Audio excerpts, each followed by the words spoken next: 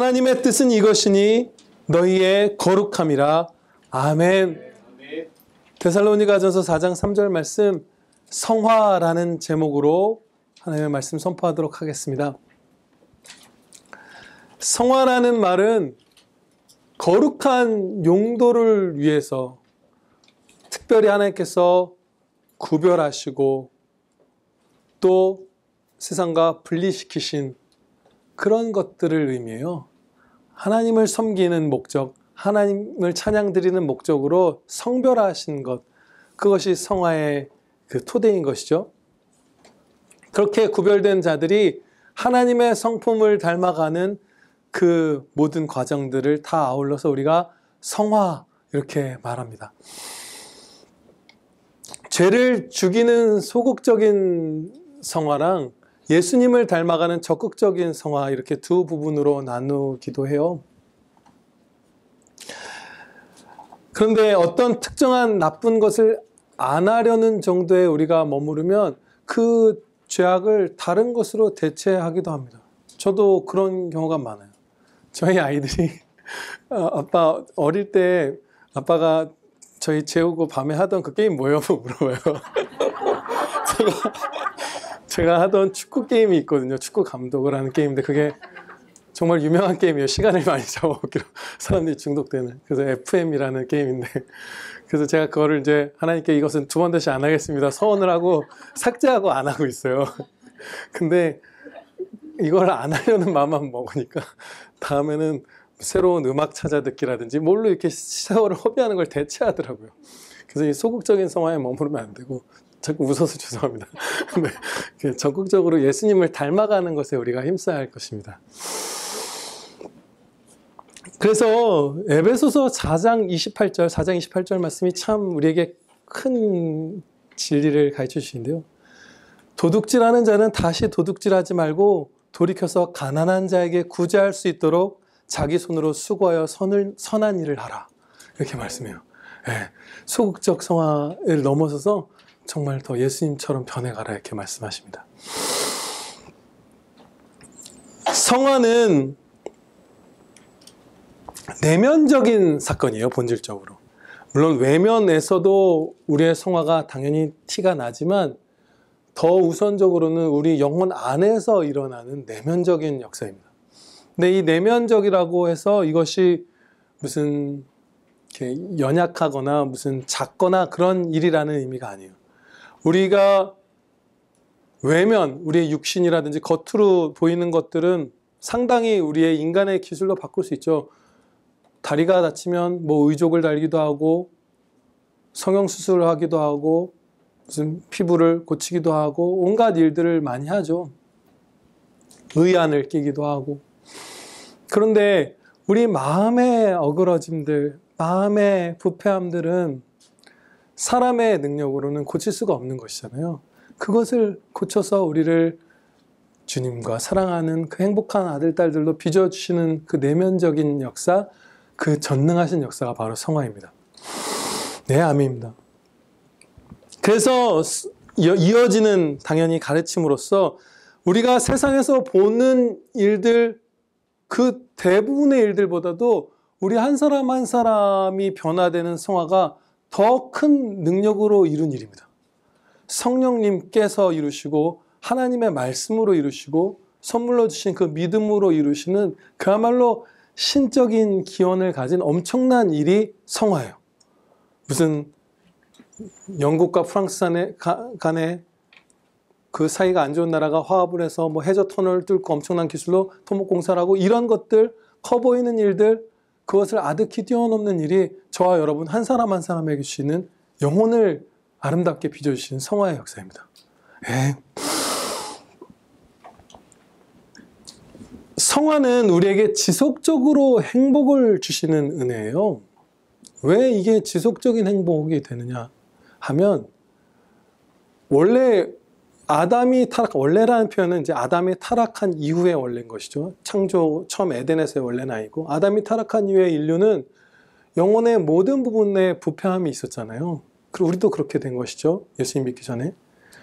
사람마다 부패한 정도의 차이는 있지만, 깊이의 차이는 있지만 부패하지 않고 창조되었을 때 그 거룩한 상태로 마음의 한 부분이라도 남아있는 사람은 없게 된 것.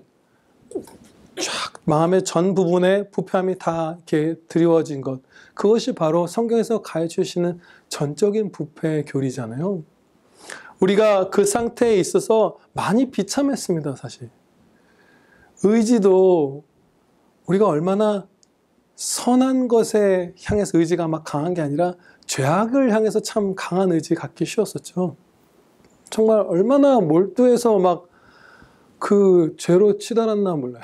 또 축구 게임 얘기가 나오는데 제가 예전에 곧 20살 이런 나이 정도 됐을 때 친구들이랑 빠져있던 축구 게임이 있어요. 그거는 이제 직접 조이패드를 들고 하는 건데 친구가 자취하는 집에 친구도 아니에요. 친구의 친구가 자취하는 집에 이 집주인이 떠난 사이에 그 게임을 밤새서 하려고 저희 다른 애들이 모인 거예요. 집주인 없이. 집주인이 고향에 갔을 때 예를 들면. 그런데 갔더니 TV가 고장이 난 거예요. 그래서 제가 어떻게 했냐면 그 처음 간 친구가 사는 집 옆에 이웃들을 두드려서 TV 좀 빌려달라고. 그래서 실제로 빌렸어요. 전선을 다 뽑고 저 TV로 옮겨와서 아주 집중한 것이죠. 밤새서 게임에 인생을 허비해야 되기 때문에. 예, 그렇게 아무튼 그 악한 의지를 강하게 갖고 그렇게 놀았었거든요. 근데 우리가 참 그래서 비참한 것이죠. 가끔 생각해요. 그 시절 그 아름다운 친구들이랑 그렇게 허비했던 시간들 거룩하게 살았으면 얼마나 행복했을까 막 이런 생각들 하거든요. 우리의 의지가 그렇게 타락했고 또 연약하기도 하고 의지가 악을 향하는데 막 선한 부분에서는 약하기도 하고 그렇죠? 제가 좀 제 말이 들리시나요? 좀 작게 얘기하고 있는데 그리고 지성도 많이 무지해졌죠. 우리가 기술 같은 것들 이런 것들은 그래도 참 탁월하게 발전시키는데 우리가 본질에 있어서 옳고 그름, 가치 이런 것들에 있어서는 정말 많이 무지해졌잖아요. 그렇게 무지해지지 않았으면 뭐 유교가 있었겠나요? 그렇죠? 일제강점기가 있었을까요? 정말 이상해진 것이죠. 극우로, 극좌로, 뭐로, 무슨 사상으로, 무슨 철학으로 우리가 치달으면서 서로 죽이고 저희 아들이 그 역사 매니아인데 큰아들이 독일군들이 2차 대전 당시에 먹었던 식량에 대해서 막 얘기를 해주더라고요. 진짜 막 무슨 후춧가루가 귀하니까 후추를 할 때는 무슨 까만 흙을 섞고 뭐 버터에다가는 뭐를 섞어서 양을 불리고 정말 그야말로 정말 자기들 먹을 것도 없는데 그거 먹어가면서 다른 사람들 죽이겠다고 싸우는 그게 너무 비참하죠 우리가. 진짜 왜 그러나 우리가 우리 안에도 그런 것들 그게 옳다 그게 유익이다 그게 행복이다 어떤 가치가 있다라고 생각해서 그걸 하잖아요 우리가. 그런 무지함들 진리와 완전히 멀어져 버리고 그냥 기술이나 일종의 지식 같은 건 축적이 되지만 그런 것들 그래서 우리가 비참했고 의지도 비참하고 지성도 비참하고 또 감정도 많이 혼돈에 사로잡혔죠. 죄를 슬퍼해야 되는데 오히려 막 선을 슬퍼하기도 하고 갑갑해하기도 하고 부담스러워하기도 하고 하나님을 사랑해야 되는데 하나님을 벗어나서 다른 존재는 하나님보다 더 사랑하기도 하고 감정들이 막 여기 있어야 될 감정이 저기 가 있고 저기 있어야 할 감정이 여기 가 있고 막 뒤죽박죽. 그런데 우리가 성화가 될 때에 죄를 슬퍼하고 하나님을 사랑하고 진리와 함께 기뻐하게 됩니다. 예, 원래 천국에서 있어야 될 자리, 에덴에서 있었던 그 자리로 탁탁탁 그 교정이 돼서 돌아가죠. 그래서 의지도 지성도 진리로 돌아가고 의지도 선하고 강해지고 이 감정들도 원래 있어야 될 자리로 정돈이 되면서 우리가 지속적인 행복을 누립니다. 성화만큼 행복을 보장하는 것이 거의 없다고 볼 수 있어요.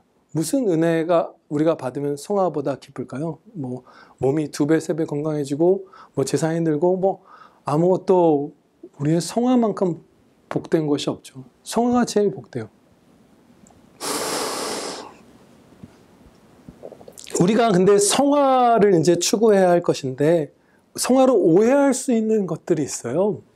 첫째로 죄를 미워해서 버리는 게 아니라 형벌이나 수치 같은 것들을 두려워해서 죄를 억제하는 것.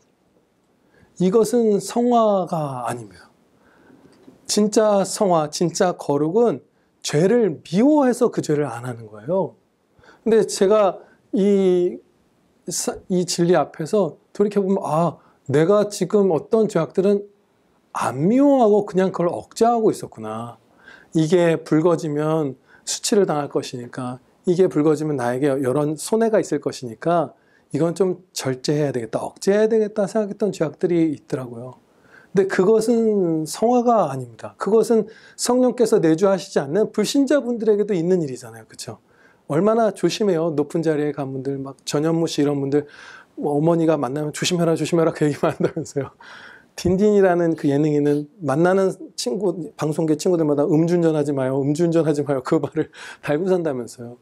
그런 것은 죄를 진짜 미워한 거룩으로 가는 그 성화가 아니라 그냥 자기의 필요에 따라서 어떤 두려움에 의해서 죄를 억누르고 있을 뿐인 것이죠. 그러니까 진짜 거룩해진 것은 아니에요. 진정한 성화는 죄를 미워해서 버리는 것입니다. 우리가 속는 게 이것이죠. 억제를 억제하는 것을 속기도 하고요. 둘째로 도덕과 윤리입니다. 사회적 선이라고도 우리가 표현할 수 있죠. 예수님을 믿지 않는 분들도 행하실 수 있는 이 땅에서 하나님과 단절된 상태에서 사람끼리 사이의 선한 일들, 하나님께는 영광 돌리지 않고 하나님을 경배하고 감사드리고 하진 않지만 하나님의 존재도 부인하지만 사람 사이에서는 그래도 유익을 주고 내 걸 양보하기도 하고 마음이 넓기도 한 이런 사회적인 선, 도덕, 윤리라고 할 수 있는 것, 이것들을 우리가 성화로 오인할 수 있어요. 분명히 자기가 도덕적인 사람이 된 다음에 성화되었다라고 생각할 수 있죠. 하나님께로 확 솟구쳐 독수리처럼 날아올리지 못했지만 그냥 여기서 이렇게 품위 있고 절제하고 하는 사람으로 살면서 그래도 난 상당히 성화를 이뤘다고 분명히 착각할 수 있을 것이에요. 그렇죠? 그런데 성경 말씀에서 이 도덕, 윤리, 사회적 선은 성화랑 완전히 전혀 별개의 것이라는 것을 바울과 다툰 스토아 학파 사람들의 모습에서 볼 수 있어요. 그들은 바울을 미워했어요. 복음을 싫어했죠. 근데 스토아 학파는 굉장히 도덕적이고 사회적으로 존경받는 사회적 선을 행하는 그런 사람들이었거든요. 그래서 제논이라는 이름의 분이 그 창시자인데 그를 아테네 시민들이 너무 존경해서 동상도 세우고 황금으로 만든 면류관도 그에게 주고 그가 아직 살아있을 때 그를 이렇게 명예를 높이는 그 비석도 만들어 주었다고 해요. 그렇지만 그 도덕을 가진 스토아파는 바울과 다투었던 사람들이고 마르쿠스 아우렐리우스라는 그 고대 로마의 황제가 있죠. 오현제라고 불리우더라고요. 가장 존경받는 탁월한 황제죠. 그분들의 세종대왕 같은 분이겠죠.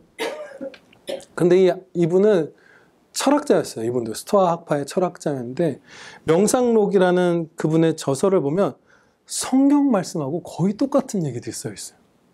제가 읽어드릴게요. 두 부분을. 오늘의 현실을 충실하게 살아야 한다. 오늘 선포된 말씀 같죠? 근데 앞에 이상한 단서가 붙습니다. 자연에 따라 오늘의 현실을 충실하게 살아야 한다. 신기하죠? 그리고 오늘 우리가 예수님 안에 거하고 주님이 우리 안에 거하시는 그 신비적인 연합에 대해서 들었잖아요. 그것을 가진 자는 막 행복하고 막 이런 거 계속 선포되었잖아요. 근데 거의 똑같은 말 하는데 예수님 대신 딴 걸 냅니다.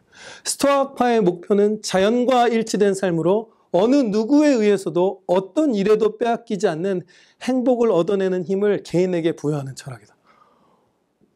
철학 대신 신앙, 자연 대신 예수님을 넣으면 그냥 성경에 거의 똑같은 것이죠. 예수님과 연합해서 어떤 누구도 빼앗을 수 없는 그 기쁨에 이르고 뭐 이런 것들.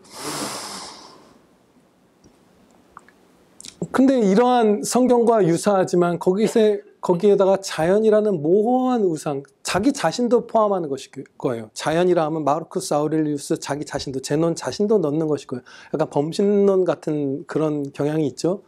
그것에 자기 자신 어떤 모호한 존재 우상을 놓고 도덕적으로 살면서 이렇게 사회적 선을 행하지만 하나님만은 타락한 인류가 결코 그 앞에 무릎 꿇지 않는 것이에요. 그 도덕의 탁월함도 알고 윤리의 탁월함도 알고 하나님 말씀에 부합하는 부분이 참 많은 그 사회적 선의 소중함을 알고 행하지만 거기서 한 걸음 더 나아가서 그 모든 은혜, 그 모든 도덕과 윤리를 주신 하나님을 사랑하고 찬양하는 데까지는 이 타락한 인류가 성령의 도우심 없이 못 가는 거예요. 그래서 거기다 자연을 넣어버리고 결국 이 아우렐리우스 황제가 어떤 일을 했냐면 고대 로마에 있었던 기독교인들에 대한 10대 대박해 중에서 아마 5번째인가를 이분이 행했어요. 기독교인들을 많이 이렇게 박해했어요. 아주 순교하게 하고. 그래서 이 도덕이라는 것은 사회적 선 이런 것은 우리가 그것을 행할 때든 다른 사람이 행할 때든 성화가 아닙니다. 하나님을 사랑하는 데까지 나아가야 돼요. 셋째로 미신적인 헌신이 우리가 성화로 오해할 수 있는 한 가지입니다. 로마에는 스칼라 산타라는 계단이 있어요. 스칼라가 계단이고 산타가 그 성스럽다 이런 뜻이잖아요. 성스러운 계단 이런 것이죠. 그래서 예수님께서 본디오 빌라도에게 사형 판결을 받기 위해서 무릎으로 오르셨다고 전해지는 계단을 예루살렘에서 로마로 뜯어서 옮겨 왔다고 전해지는 그런 계단이래요. 잘 모르겠어요. 너무 옛날 얘기라서. 그래서 28개의 계단인가 그런데 거기를 무릎으로 오르면 이제 그것이 어떤 공로가 되고 뭐 구원을 얻고 은혜를 얻고 이런 것들 그런 미신적인 것이 있어서 거기를 가려고 많은 순례객들이 왔다고 하죠. 그래서 마틴 루터도 무릎으로 그것을 28계단 오르면서 구원의 확신을 얻고자 했으나 얻지 못하고 절망했어요. 그리고 이런 미신적인 헌신은 여러 가지가 있죠. 성물이 어느 유럽의 지역에 있으면 거기에 관광객이 그렇게 많이 늘었다면서요. 그래서 그것을 유치하려고 애를 쓰고 무슨 상, 뭐 요셉이 가지고 있던 뭐 요한이 했던 그러면 그거 발끝이라도 만지려고 옷자락이라도 만지면 그게 나에게 영혼의 유익이 되고 영생에 도움이 될까 해서 사람들이 그거 쫓아다니고 묵주를 돌리고 성수를 뿌리고 무슨 그런 여러 가지 그림을 그리고 성화를 그리고 그 앞에 절하고 많은 미신적인 헌신들이 있죠. 그리고 또 나아가서 고행에 속하는 그런 헌신들도 있어요. 그것도 저도 예전에는 혼동을 하였어요. 와, 진짜 경건한 사람인가? 어떻게 추울 때 따뜻한 옷도 안 입고 배고픈데 맛있는 것도 안 먹고 막 말씀에만 매진하는 것 같고. 근데 고행은 사실은 성경에서 가르쳐 주시는 것이 결코 아니거든요. 고행은 진짜 주님께 연락되는 거룩한 헌신이 아니거든요. 그렇게 살라고 하시지 않았어요. 고통스러운 길도 마다하지 않고 가지만 은혜 주신 거 우리는 누려야 돼요.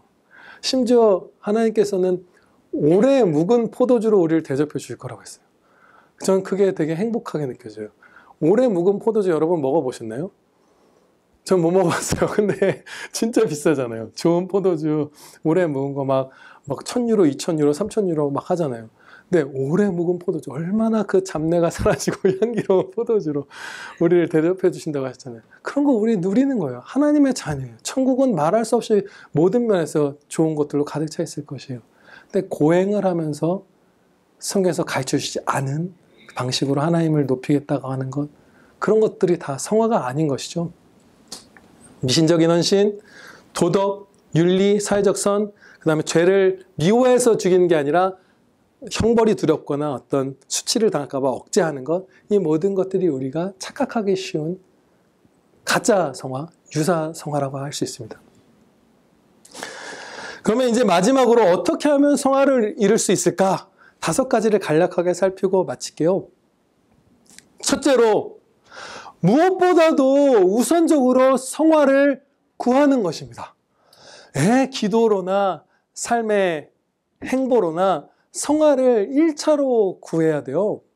많은 은혜들이 우리가 구해야 되겠죠. 왜냐하면 거룩하게 변화되지 않으면 하나님을 기쁘시게 해드릴 수가 없잖아요. 그렇죠? 성화되지 않으면 예수님의 이름을 높일 수가 없잖아요. 그래서 그 가장 행복한 삶, 창조된 본질, 그 목적, 그것을 성취하기 위해서 우리에게 주신 특권을 누리고 임무를 성취하기 위해서 성화를 우리가 가장 우선적으로 힘써야 합니다. 다른 어떤 기도보다도 우리에게 제일 간절한 기도가 아마 이거여야 할 것이에요. 나 자신의 성화, 그런 것들이죠. 혹은 나아가서는 다른 사람들이 더 거룩하게 변화되는 것을 구하는 것. 그리고 두 번째 실천은 예수님을 굳게 신뢰하는 것입니다. 굳은 믿음, 굳은 신뢰, 그것을 갖는 것이요. 사도행전 15장 9절에서 가르쳐 주십니다. 믿음으로 저희 마음을 깨끗이 하사. 예, 아멘입니다. 믿음이 하나님께서 우리를 성화시키는 한 어떤 방편이에요.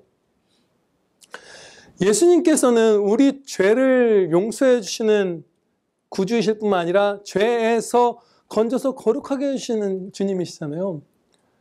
근데 우리는 가끔 주님을 온전히 신뢰하지 못한 채 이렇게 가볍게 좌절할 때가 있죠. 여러분들 죄를 범하거나 해보면 어떨 때는 바로 주님 용서해 주세요 하고 탁 달려나가지만 어떨 때는 내가 저지른 죄 위에 주저앉아서 희망이 없는 사람처럼 우리가 울고 있을 때가 있잖아요. 내가 도대체 왜 그랬을까? 그쵸? 낙심하고 그렇게 막 힘들어 하잖아요. 그런데 우리 대신 십자가에 달려주시는 그 사랑을 신뢰한다면 언제라도 아무리 죄가 그야말로 진홍처럼 붉을지라도 예수님께로 달려가면 용서해 주시고 그 죄를 이겨낼 힘을 주실 것이기 때문에 우리는 아멘입니다. 굳게 신뢰하면서 예수님을 따르면 성화가 이루어집니다. 아멘입니다. 넷째로 성령님의 인도하심에 순종하는 것이에요. 성령 하나님께서는 우리 안에 거하시면서 예수님을 생각나게 하시고, 그렇죠? 십자가를 바라보게 하시고, 이 성경 말씀을 기억나게 하시고, 마음을 책망하시기도 하고, 격려하시기도 하고, 붙들어 주시기도 하면서 우리를 성화되게 이렇게 변화시켜 가세요. 그것이 성경에서 가르쳐 주시는 성령님의 역사이죠. 그래서 우리가 성령님의 그 다스리심에 순종하면서 점점 더 성령 충만함을 받고 더 내밀하게 더 힘찬 걸음으로 성령님을 따를 때에 그 하나님을 기쁘시게 하는 성화를 누리게 될 것입니다. 그리고 마지막 다섯 번째입니다. 성화가 많이 된 형제들과 교제하는 것이에요.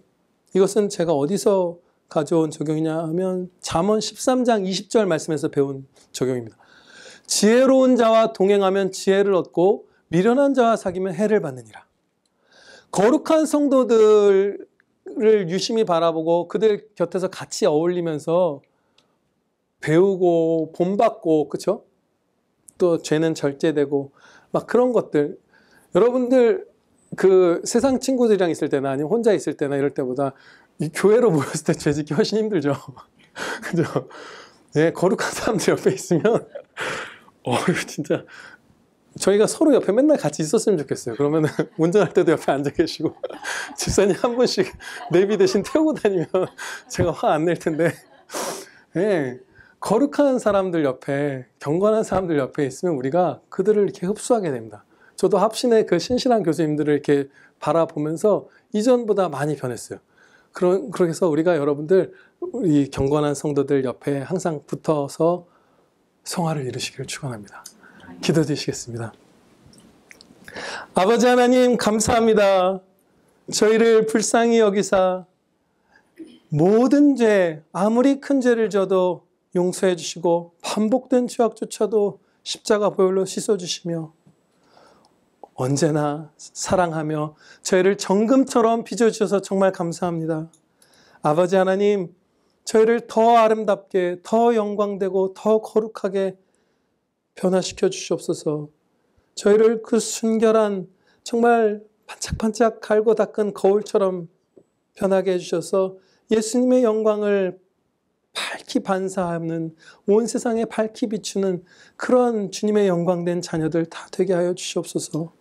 이 지속적인 행복, 지성과 의지와 마음의 모든 감정들과 영혼의 기능들이 다 제자리로 돌아가고 하나님과 함께 기뻐하고 하나님과 사랑을 나누는 이 복된 성화, 이 찬양의 걸음, 저희 모두가 충만하게 살아가며 주님 마음껏 즐거워하게 하여 주시옵소서. 예수 그리스도의 이름으로 기도하렵나이다. 아멘.